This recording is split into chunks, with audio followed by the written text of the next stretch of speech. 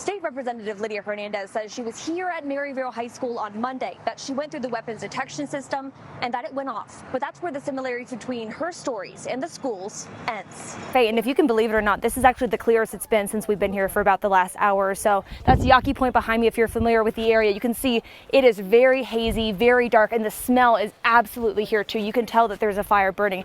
But I'll remind you, this is 10 miles away from where the fire is actually burning, and it still feels very close to right here. Now, this is the middle of tourist season in one of the most busy national parks in the country, and you can see there's just not many people right now. Tourist season is being impacted by this fire, and you can see out here, just past that area is exactly where the North Rim is. You see that gap in the border fencing there? That's where President Joe Biden stopped construction of the border wall just days after taking office. Now, 3.5 years later, this fencing has sat here unused in the desert. And as Donald Trump works to say that he will be the one who fixes these issues at the border, he wants to tie that gap to his opponent, Kamala Harris. The buyer of this home has bought houses and flipped them all across Phoenix, but he says this is the worst one he's seen so far. Just to give you a sense of how bad things got in this home, trash is piled up to your chest, not even a path to get through it all. For decades in the remote parts of Arizona, this has been the border wall, but soon it'll look much different. 30 feet of steel straight up in the air.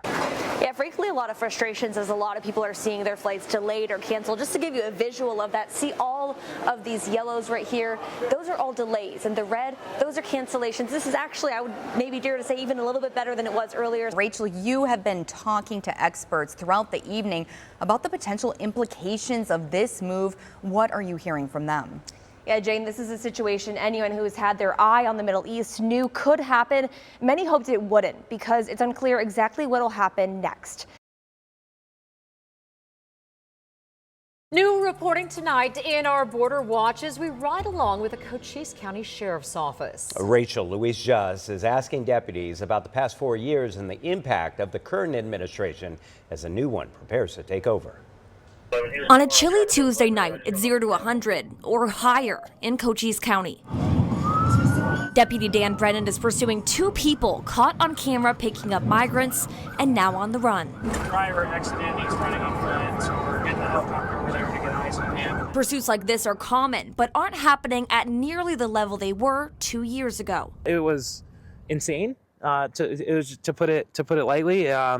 It felt like there was not just a pursuit a day. There felt like there were 3, 4, or 5 pursuits a day.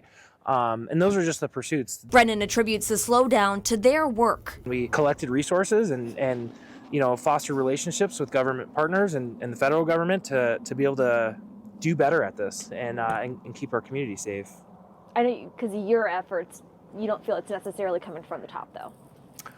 I don't know. I'm just the guy on the ground. Law enforcement focused on the border has been adjusting through years of fluctuating immigration policy. Much of President Biden's border action didn't happen until recently. And while the president had started his term pledging a pause to deportations, this last year is ending with Biden beating Trump's deportation record. All right, very well. In June, Biden put in place an executive order restricting asylum seekers, a taste of what's expected to come under Trump's second term. They're excited they're going to be able to do their job again. Who wouldn't be, right?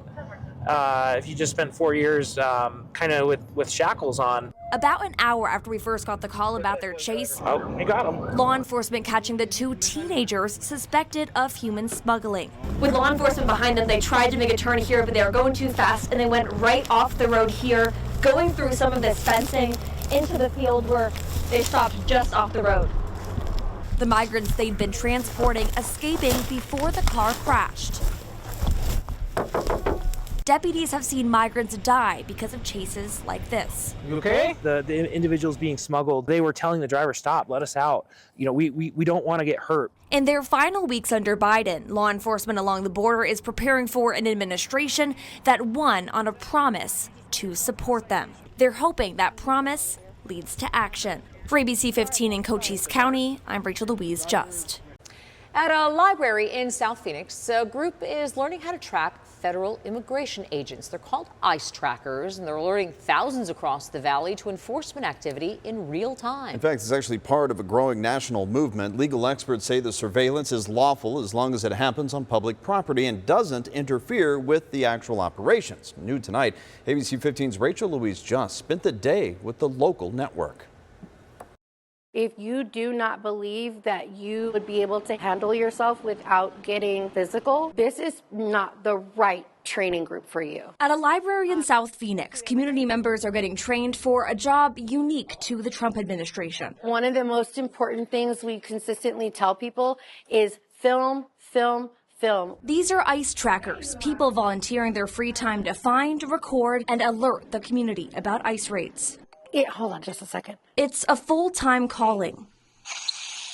They're back at the church again. Clarissa Vela leads People First Project, which quietly organizes Phoenix's ICE trackers. Community members are concerned and they've said, hey, can you guys go and see if you see anything? With a few taps on her phone, Clarissa can alert more than 14,000 people in the Phoenix area about ICE activity. We're watching them like they're watching us. Not because we want to harm them, but because we want them to know that they're being held accountable. What happens if you aren't there? They're breaking out windows, busting down doors. We arrive at a grocery store in North Phoenix known for ICE activity. It's a false alarm, but here we meet a woman we'll call Tina. We just got an alert on 19th Ave in Glendale, and I'm pretty sure they're abducting us. Her son constantly worries his parents, both immigrants, will be taken. We can barely go anywhere. Even though she was brought to the U.S. as a child, Tina worries she'll be the next one reported in the trackers group chats. I've been here 38 years, almost of my life. Where am I going to go? This is my house. This is my home.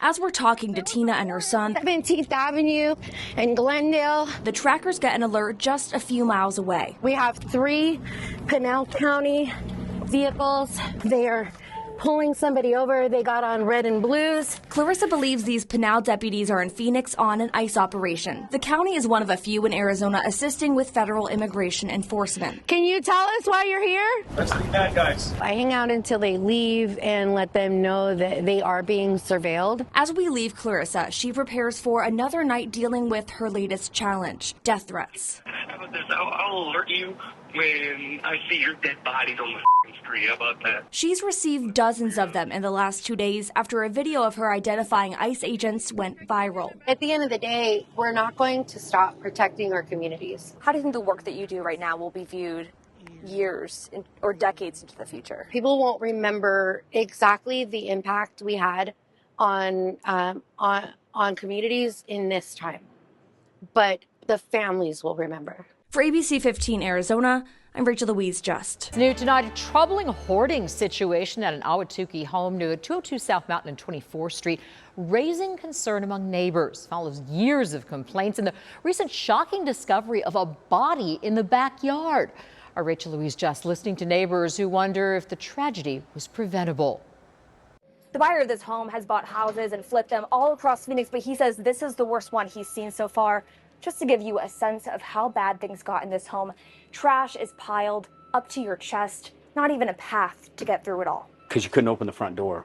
Like you couldn't open it at all. It looks like something you'd see in a TV show. It goes all the way around here, even up the stairs to the second story. But in this neighborhood in Ahwatukee, it's real life. A real life tragedy, one that's played out slowly over the last few years. It's been a problem.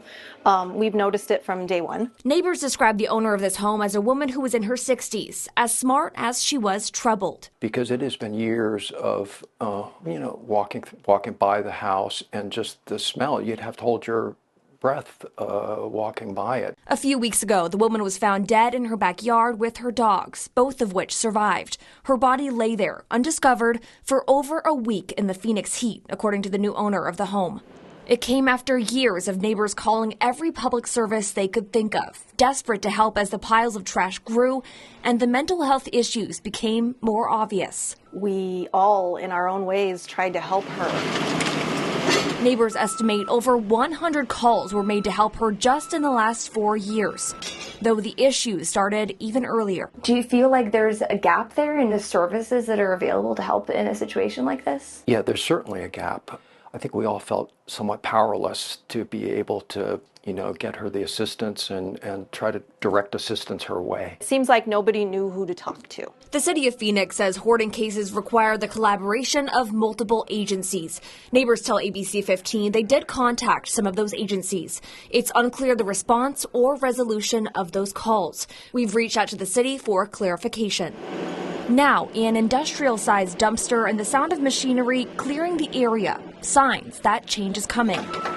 Neighbors only hope that change will extend to services that can prevent this from happening again. In Ahwatukee, Rachel Louise Just, ABC 15, Arizona.